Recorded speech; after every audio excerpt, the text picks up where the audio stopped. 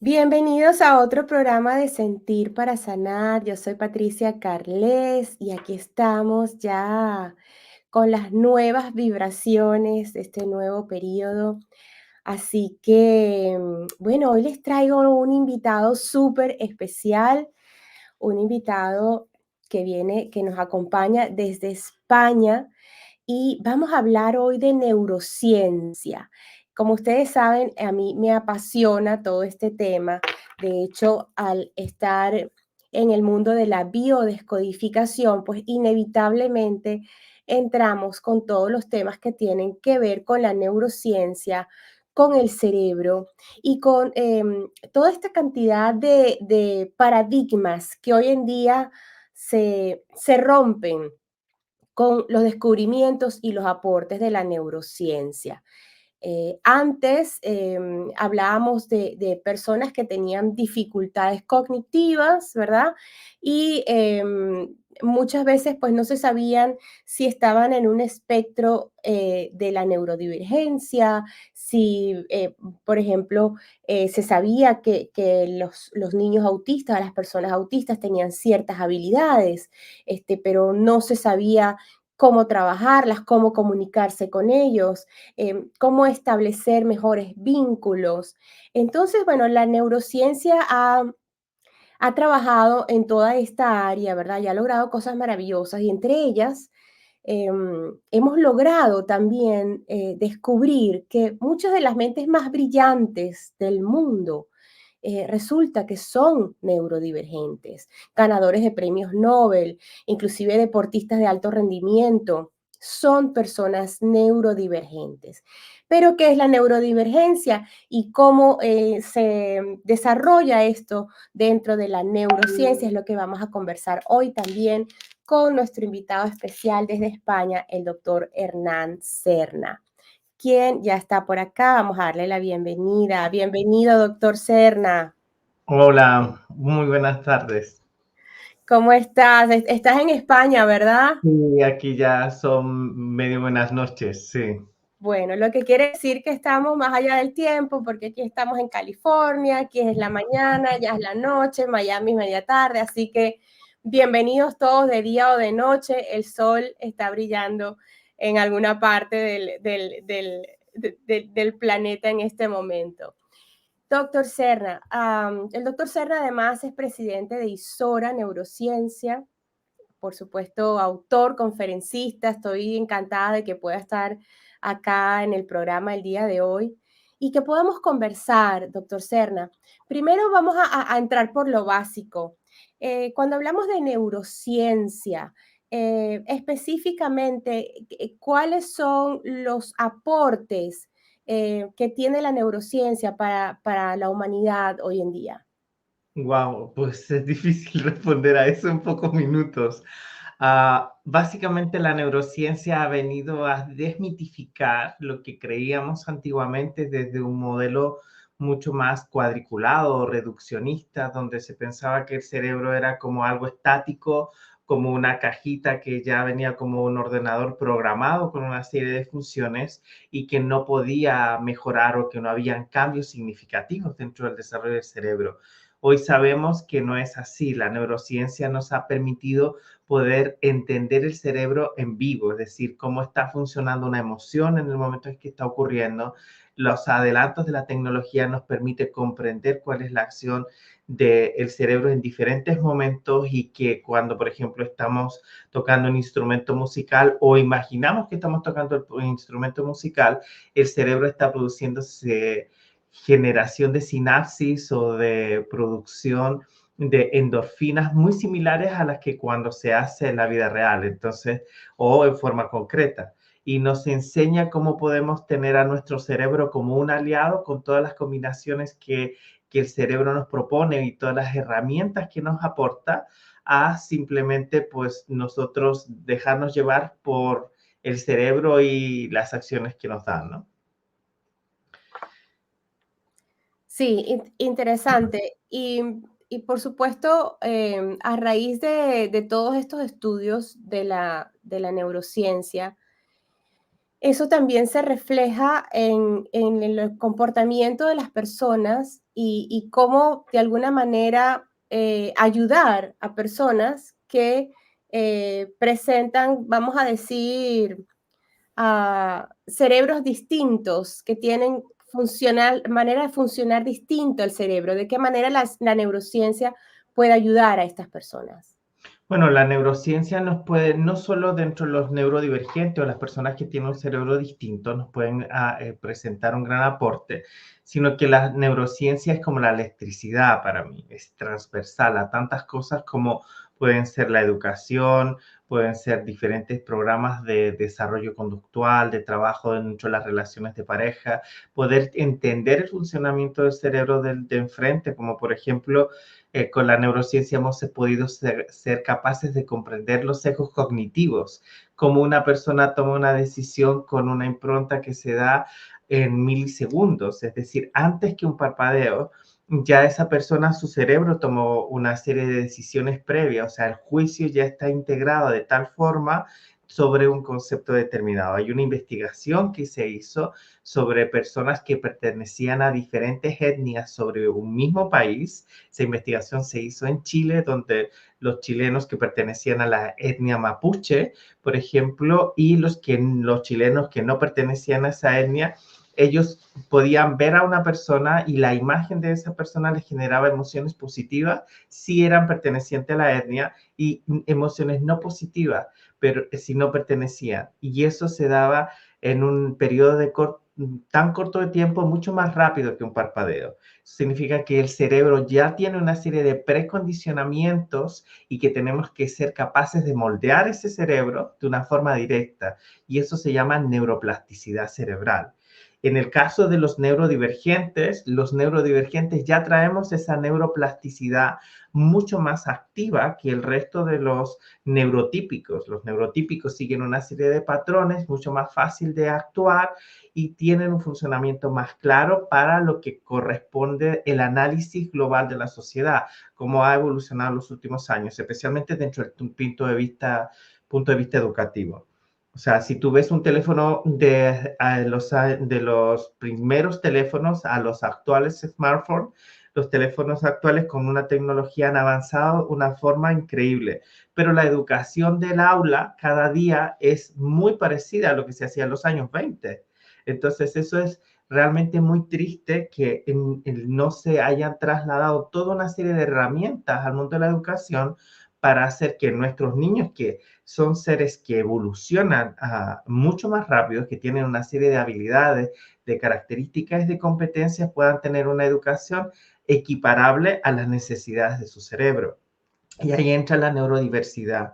Los cerebros de un neurodivergente no es que su cerebro esté mal, no es que esta persona sea rara o que tenga una serie de condiciones, sino que el espectro autista, por ejemplo, hay personas que están dentro del espectro y que son no verbales, que no tienen lenguaje, que no son capaces de comunicarse como tú y como yo actualmente, pero otros que están en la parte alta del espectro que llegan a conseguir un premio Nobel, por ejemplo, que consiguen grandes resultados por su patrón de enfoque obsesivo frente a eso que les interesa.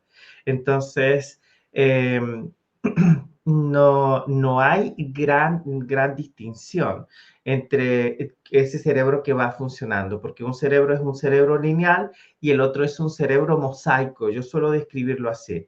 El cerebro de un neurodivergente es un cerebro mosaico que tiene una gama de colores distintos, son como los mosaicos de Gaudí, por ejemplo, que podemos ver en Barcelona, o que te los encuentras en las diferentes expresiones de algunas cosas que son como grandes contrastes, ¿no? El cerebro de un neurodivergente puede estar haciendo conexiones entre cosas absolutamente distintas o dispares, y gracias a eso podemos seguir evolucionando.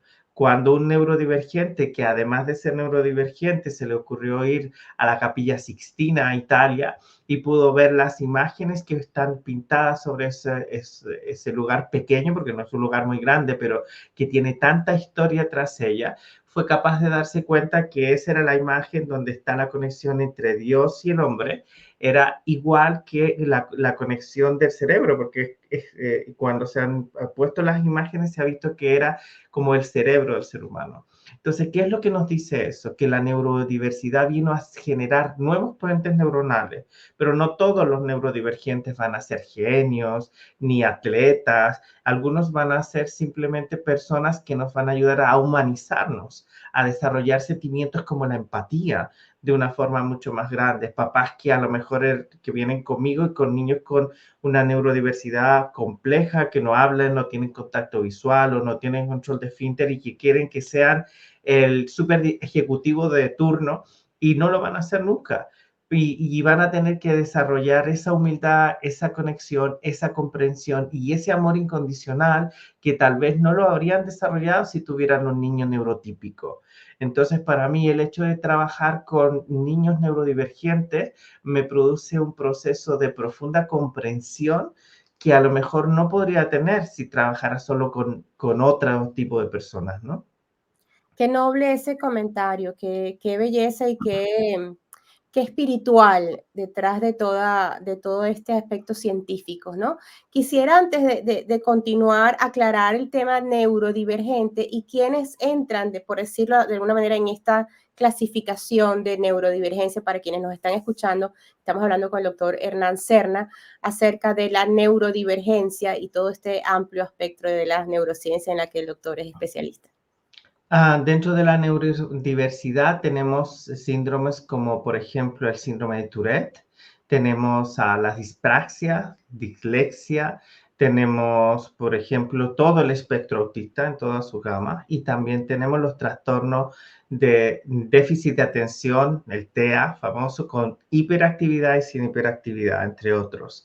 O sea, la neurodiversidad son esa condición donde el cerebro encuentra rutas neuronales distintas para poder conseguir optimizarse, para poder funcionar de una manera concreta, pero posee algún hándicap, alguna carencia, alguna parte donde no es del todo fuerte, pero hay áreas donde sí lo son. Por ejemplo, hay niños que tienen hiperacusia, es decir, que los sonidos les afectan mucho, y también adultos que son neurodivergentes y que con 30 o 40 años reciben un diagnóstico de Asperger, como se decía en el DSM-4, en el sistema antiguo. Ahora ya todos entramos dentro del espectro autista y después, o que por ejemplo tienen otras Eso de que ya capacidades. todos entramos dentro del espectro autista. A ver, explícame eso más despacio.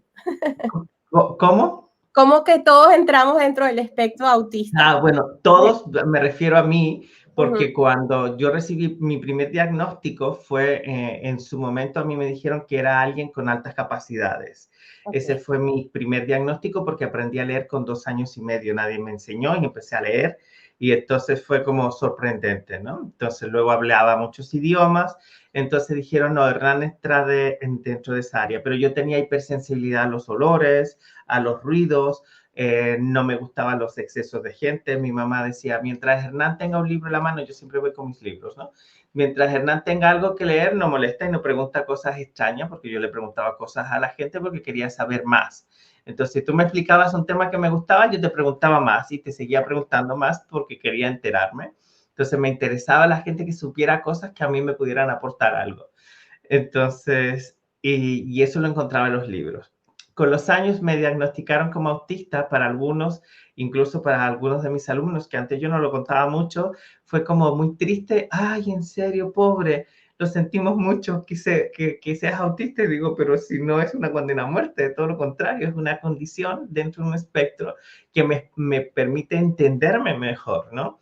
Entonces, que cuando yo de repente me obsesiono y puedo estar haciendo programas de estimulación para mis pacientes, algo que me interesa mucho, puedo estar 18 horas trabajando y no me di cuenta que pasó el tiempo, lo cual me ha traído problemas de salud, ¿no? Entonces, y esa es parte dentro de mi estructura de neurodivergente, que luego lo aprendí y simplemente es aprender a vivir con ello y descubrir las herramientas que podemos proporcionar para funcionar ahí, ¿no?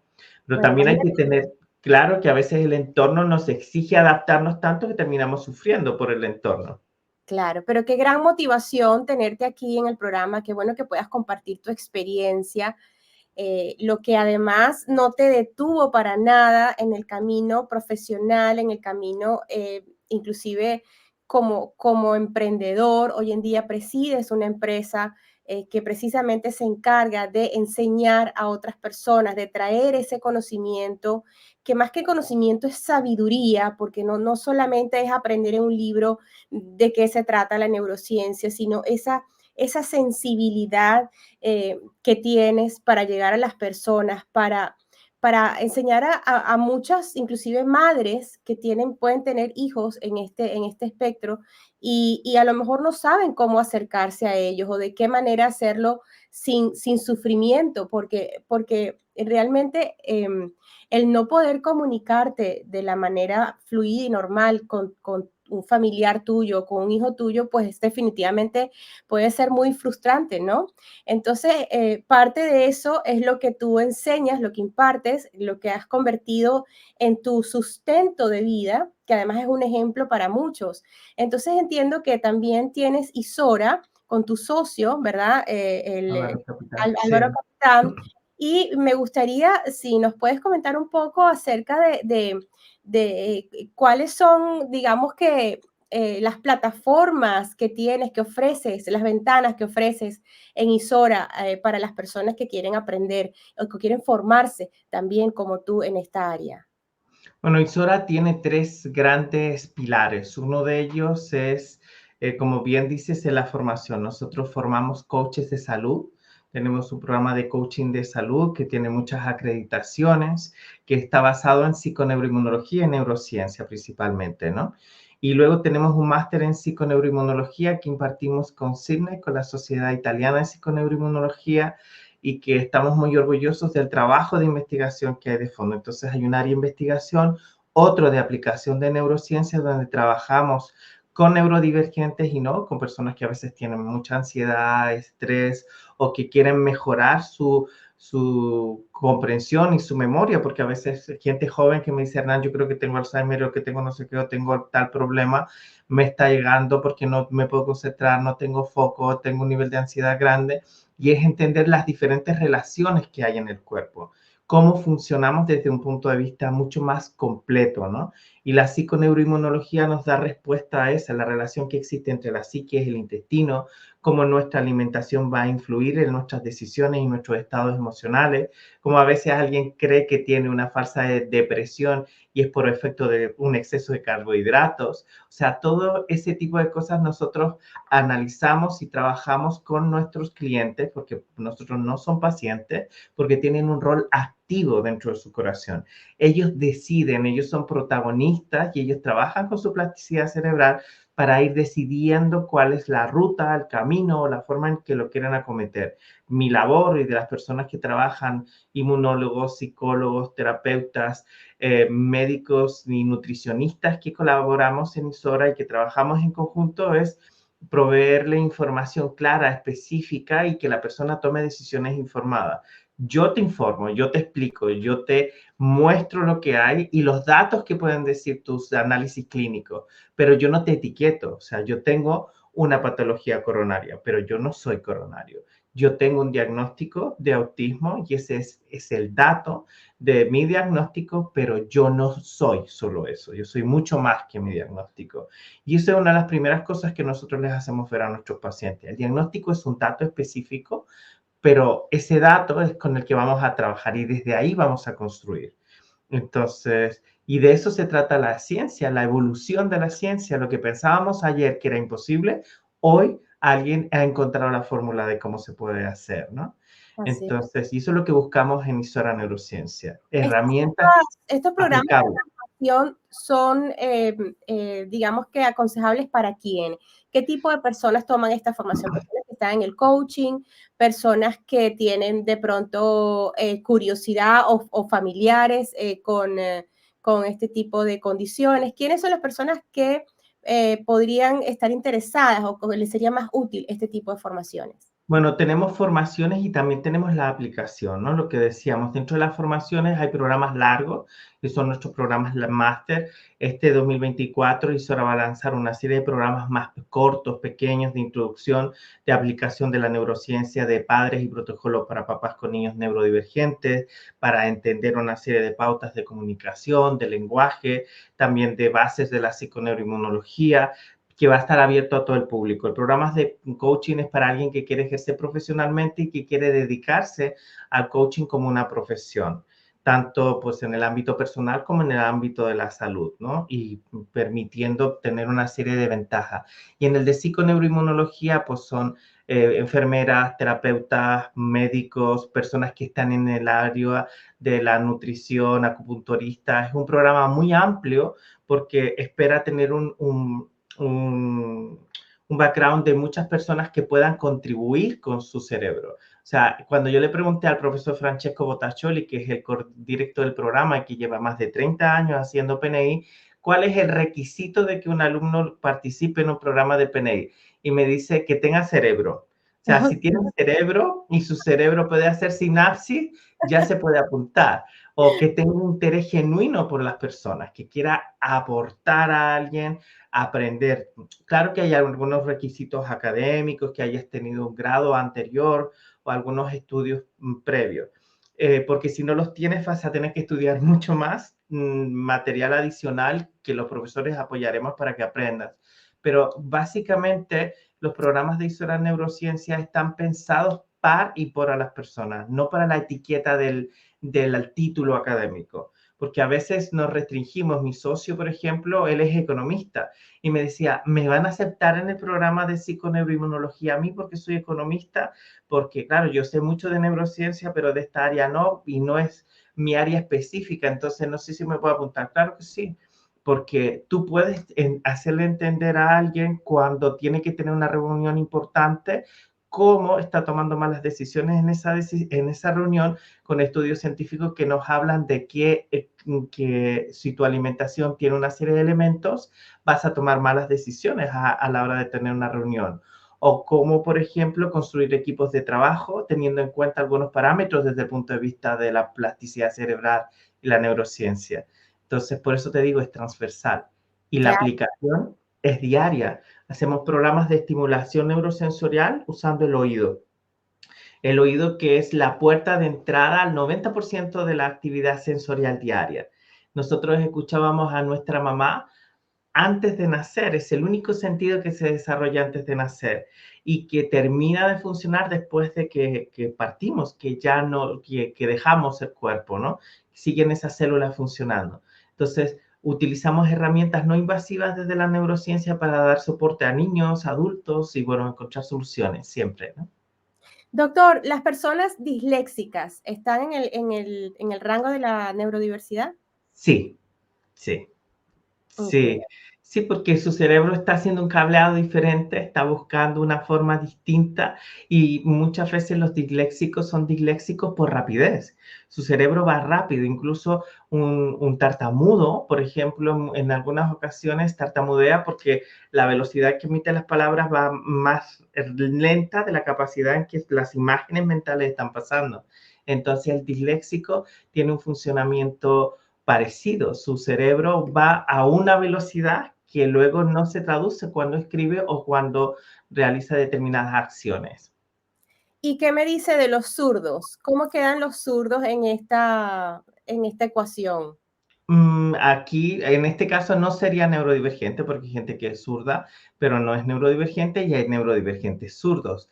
Lo que permite el hecho de que una persona sea zurda es que tiene una integración mayor de los hemisferios cerebrales. Deberíamos poder tener esa capacidad de hacer ejercicios de brain training para que nuestro cerebro juegue y desarrollemos mayor plasticidad cerebral, como pueden tener los zurdos en algunas ocasiones, que nos llevan en ventaja en eso. O sea, sería más divertido o más positivo para nuestro cerebro ser ambidiestros que ser o diestros o zurdos. Lo que sí tiene que ser diestro siempre es el oído, porque si somos zurdos de oído, nos cuesta mucho más tomar decisiones, rumiamos, como dicen los psicólogos, más los pensamientos, estamos más metidos en ese proceso mental durante un tiempo más largo. Entonces, o empezamos a mirar hacia atrás o vivimos en el pasado o vivimos en el futuro y nos cuesta mucho mantenernos en el presente, lo que nos puede aportar la felicidad real, ¿no? Sí, para mí fue todo un descubrimiento fabuloso el tema de los zurdos, porque yo soy zurda y en la biodescodificación comprendí que nuestro cerebro funciona también, digamos que de manera distinta a las personas que son derechas y contactamos cosas de manera distinta, la forma de comunicarnos, especialmente mujeres, hombres. Bueno, hay unas diferencias allí realmente que me impactaron mucho a nivel del cerebro, a nivel biológico, ¿verdad?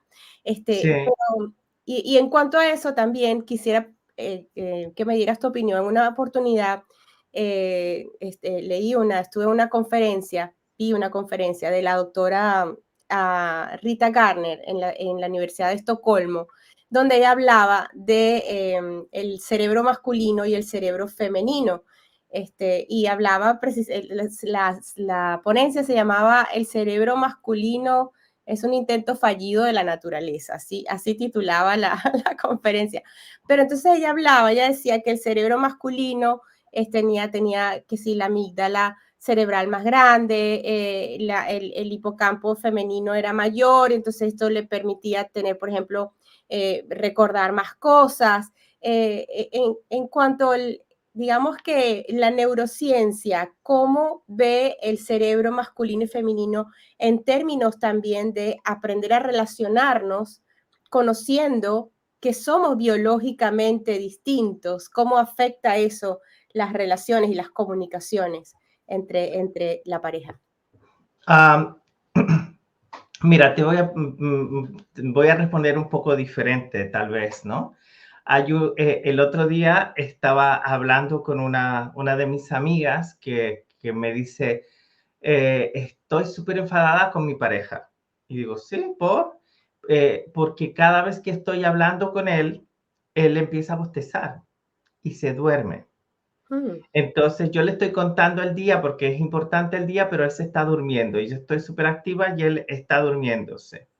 Y hay un estudio muy interesante que dice que se generan una serie de neurotransmisores cuando el hombre o la mujer se comienza a dormir al lado de su pareja, porque eso tiene que ver con una estructura que se llama apego seguro. Eso significa que yo estoy en un ambiente de tranquilidad lo suficientemente óptimo para dormirme o que la otra persona me proporciona esa sensación de sentirme mucho más unido y compenetrado. Entonces, yo no sé si sería tan arriesgado para poder decir que un cerebro es mejor que el otro, que tienen una serie de cosas. Lo que sí sé y puedo decir fehacientemente que en las mujeres tenéis una capacidad enorme para la tolerancia al dolor. El nivel de tolerancia al dolor que desarrolla el cerebro de una mujer es muy superior al que tenemos nosotros. El nivel de alerta y de capacidad discriminativa auditiva que tiene una mujer y de selección auditiva es mucho mayor que la que desarrollamos nosotros. Los hombres oímos más y escuchamos menos. Las mujeres escuchan más y oyen menos. Entonces, entendiendo el oír como un acto mecánico y la escucha, donde hay una disposición de estar centrada en lo que estás diciendo, en el tono, en el ritmo, la cadencia, la velocidad y de lo que el interlocutor dice, pero especialmente en el componente emocional que hay detrás, la capacidad de análisis que hay sobre eso. Entonces, la escucha ya tenéis una gran ventaja vosotras, que la tenéis más desarrollada que nosotros que tenemos que cultivarla con el tiempo. Entonces, y viene claramente por esa estructura que tenéis como mamás, como desde un punto de vista antropológico, que sois capaces de detectar el sonido de 100 bebés llorando y poner a 100 bebés distintos, como se ha hecho pruebas, de que la mamá está dormida y se ponen 100 bebés llorando y son capaces de reaccionar solo con el suyo. O sea, el oído está absolutamente entrenado. Entonces hay una serie de capacidades innatas. Pero si volvemos al tema de la neurodiversidad, los neurodivergentes muchas veces tenemos capacidades que podrían decirse que pertenecen al sexo contrario, como por ejemplo, dentro de los neurodivergentes hay una sensibilidad mucho mayor a la música, al arte, al sonido, a determinadas percepciones. Por ejemplo, hay neurodivergentes que son muy buenos como cocineros o chefs por la percepción del olfato, del tono, del gusto, o sea, y eso tiene que ver con la evolución de nuestro cerebro. No sé qué vamos a decir dentro de 20 años frente a esa conferencia, pero lo que sí sé es que en la plasticidad cerebral el cerebro va evolucionando y cada vez va evolucionando para que nos podamos adaptar a los requerimientos que tenemos. Entonces, tal vez antes la mujer se quedaba en casa, ahora ya no, y tal vez el hombre se va a quedar en casa y va a tener que desarrollar competencias en ese cerebro que antes no tenía. Pero de eso es la evolución. El cerebro no cambia como quien se cambia los zapatos, evoluciona. Y eso es lo más bonito, ¿no? Claro, y de hecho lo hermoso de la biología es que la biología también nos diseña para lo que cada quien viene como esa programación biológica para la cual estamos diseñados de manera natural, ¿no? Y el hombre también necesita estar alerta para cazar el mamut, para ser el proveedor, entonces hay esas diferencias hacen también que el hombre sea capaz de lograr cosas que la mujer no puede lograr, porque no está diseñada biológicamente para eso, ¿no? Digamos que tiene como otras sensibilidades, como bien comentabas tú, por ejemplo, la parte maternal, que están como maximizadas, ¿no? Y el hombre también tiene otras habilidades que son más para esa naturaleza biológica masculina. Era parte de lo que... Depende, porque, por ejemplo, se han hecho estudios, por ejemplo, en determinadas mujeres que desarrollan labores masculinas muy concretas, ¿no? Entonces, y que ellas pueden mantener una sensibilidad o poder desarrollar esa labor. Lo importante aquí es que la biología y, como te decía, la plasticidad cerebral nos permite adaptarnos a aquello que nosotros requerimos como elemento importante. Si necesitamos desarrollar una serie de competencias, el cerebro nos va a ir acompañando. Los últimos estudios dicen que después de los 65 años sigue nuestro cerebro generando nuevas neuroconexiones, desarrollando más plasticidad sobre algo. Si yo, por ejemplo, ahora me leo el nuevo libro del profesor Botaccioli, ¿no? De epigenética que tengo aquí. Mi cerebro ya está acostumbrado a leer sobre eso, ya conozco el tema, no voy a generar un cambio dentro de mis neurotransmisores tan grande como si me leo un libro de algo absolutamente distinto, aprendo un nuevo idioma, algo que me genere un esfuerzo adicional. Entonces, recuerda que a nuestro cerebro le gustan las cosas que sean sencillas, no les gusta sorprenderse, porque si se tiene que sorprender, tiene que centrarse en eso. Entonces, cuando un hombre desarrolla algunas competencias distintas a las que a lo mejor le vienen implementadas antropológicamente, puede también hacer que ese cerebro se sensibilice, que desarrolle una serie de otras actitudes. Por ejemplo, yo lo veo en los papás con niños con autismo. De repente ellos son tan sensibles a las necesidades de sus hijos como lo son sus mamás y a veces los roles están invertidos.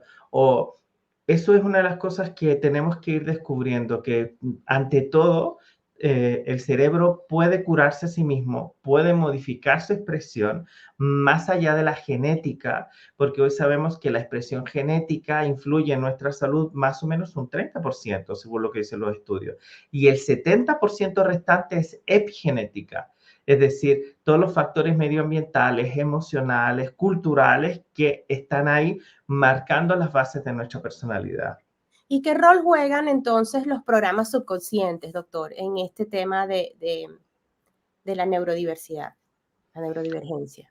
Um, a ver, hay muchos, cuando dices programas subconscientes, ¿a qué te refieres exactamente? A los programas subconscientes, por ejemplo, que pudieran haber generado que esta condición, por ejemplo, cuando la madre estaba embarazada, ¿no? Ah, Lo que estaba viviendo, lo que estaba procesando, lo que viene de ese árbol también desde el punto de vista del subconsciente, ¿no? sí, Lo que bueno, eso entraría dentro de las estructuras de epigenética, es decir, por ejemplo, la amígdala cerebral va a ir grabando una serie de emociones. El contacto que el bebé va a experimentar con su mamá desde la etapa gestacional va a permitir que va a experimentar de la misma forma que su mamá una serie de acciones. Lo que podemos ver, por ejemplo, en los estudios sobre los apegos que se hacen con niños en un año. tú puedes saber si ese niño va a después tener un apego seguro, que la mamá se vaya o que pueda ser una persona independiente, o si ese niño tiene un apego inseguro, que luego va a necesitar que le demuestren cariño, que ese niño va a necesitar que constantemente recibir manifestaciones de afecto o va a ser absolutamente dependiente y va a alejarse de cualquier estímulo de afecto por el hecho de que pueda perderlo, ¿no? Y eso se da durante los primeros años de vida. Y podemos trabajar sobre eso haciendo un reset del sistema, trabajando con estimulación, por ejemplo, parte de lo que yo hago neurosensorial, para modificar esa impronta que se ha generado en el sistema y para que el cerebro no lo condicione como algo que es así y ya sea funcione en piloto automático, sino descodificar, como dirías tú, desconectar ese funcionamiento para que esa acción irracional funcione. Hay una cuestión muy interesante que sabemos en neurociencia. Al cerebro no le interesa la verdad. Al cerebro no le interesa la verdad, y te lo repito, al cerebro lo que le interesa es lo más cómodo. O sea, porque, por ejemplo, yo te puedo demostrar científicamente que un dato es absolutamente erróneo y que hay evidencia científica suficiente, pero la persona, el señor X o Y, va a decir, bueno, a este le pagó la empresa X o está influenciado por esto o es mentira porque ya se convenció. Y ese autoconvencimiento que está anclado a fuego puede ser más importante que la verdad. Y hay otra estructura que tiene que ver con el sentido de la pertenencia al clan. Si todos los de mi familia, todos los de mi generación, todos los de mi forma, pensamos así, es lo que hay, se dice en España. Entonces la persona siente como que no puede salirse de ese esquema. Tiene Claro, es miedo una a salir de realidad ese rol. inconsciente o subconsciente, como Claro, se es dice. absolutamente automático por parte del cerebro. Y eso es Entonces, precisamente lo que se puede trabajar, ¿correcto? exactamente esa plasticidad, esa capacidad de sorprender al cerebro, de encontrar otras formas de cómo funciona, es algo muy interesante, ¿no? Mi abuela era un personaje muy, muy divertido y ella decía, la cura del racismo es viajar. Y entonces la forma de que tu cerebro haga nuevas conexiones es viajando. Yo he visitado más de 100 países. Está Y bien.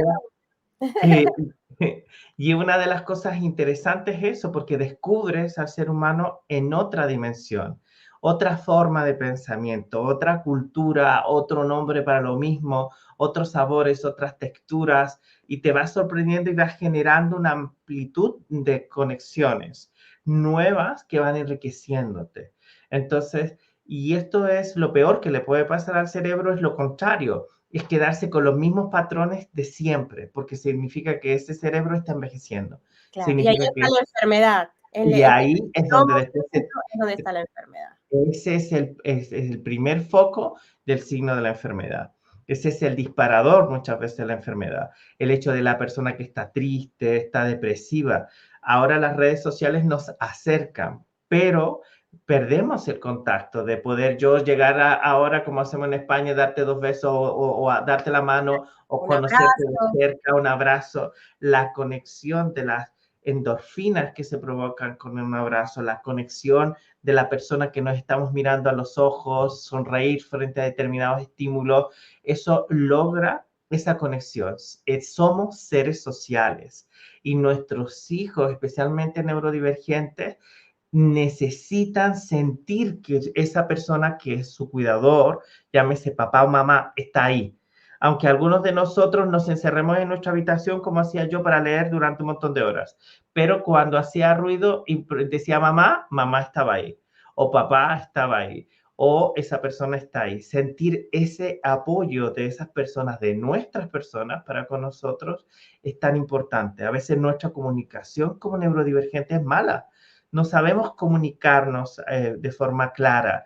No decimos las cosas como de forma soft o tan positiva. O interpretamos la comunicación de forma directa. Alguien nos dice algo o Hernán, estás muy despeinado. Y yo dice, ya me ofendí.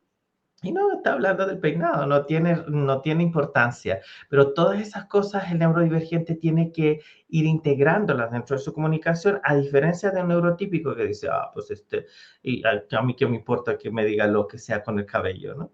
Entonces, y esa conexión emocional donde amplificamos determinadas sensaciones o tenemos una serie de elementos donde hay cosas que no nos importan para nada, como una amiga mía me dice, es que he preparado para mi novio, su novio es neurodivergente, una cena súper bonita, un lugar fantástico y no sé qué, y se lo he contado y se lo he dicho, y él le dice, ah, yo con un bocadillo me habría quedado contento.